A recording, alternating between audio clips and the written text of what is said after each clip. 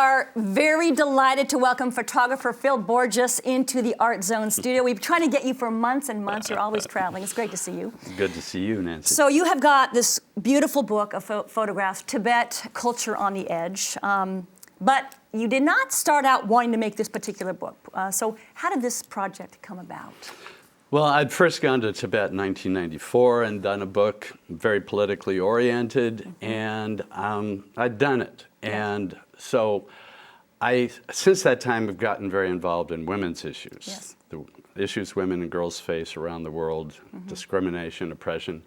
And I was going over there actually to film and document a maternal health program. Which, as you said, there's a high rate of women who die in childbirth. Very high, okay. Yes. And so this organization had gone in and trained thousands of midwives and done it very successfully. So they dropped that maternal mortality down very low. Yeah. And so I wanted to document the work. That. So then what happened?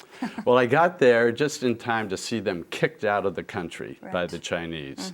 Unfortunately, they were kicking all NGOs, our nonprofits, out of the country because of the riots that occurred right before the Beijing Olympics. Right. So out everyone went, but you stayed and you kind of traveled out into the country of Tibet and you started meeting people and shooting really incredible photos. What was this? Well, you know, I love indigenous people. So I went out to document the nomads, farmers, some of the monks and nuns in these very remote monasteries.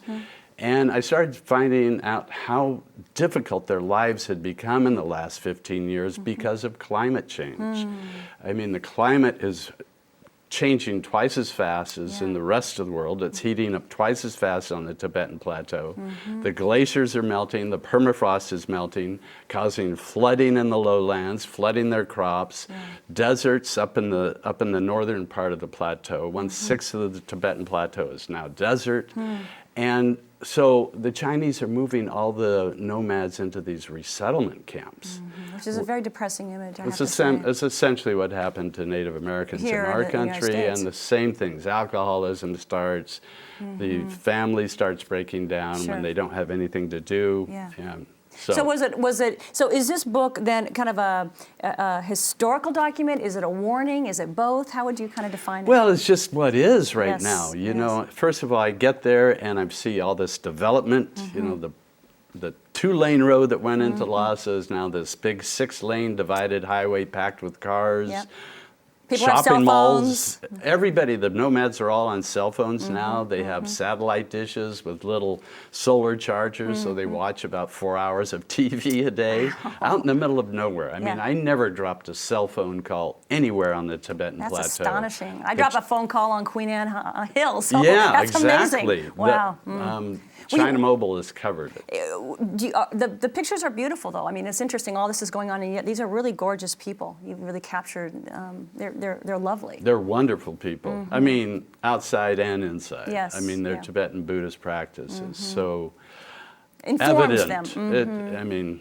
Yes. Well, okay, so this book is out, and now you're putting your energy, focusing it right back on your real passion, women's issues, and then the broad picture. So what is really quickly, what's the project you're working on? Stirring the Fire? Yeah, and you know, I just document various organizations that are addressing the issue. And as I go around talking about it, people that come up to me asking how they can get involved are typically university students or baby boomers, people wanting a second career. So we built a website that has all the resources for somebody that wants to get involved. And help with these women's issues, whether it's trafficking or certain types of oppression.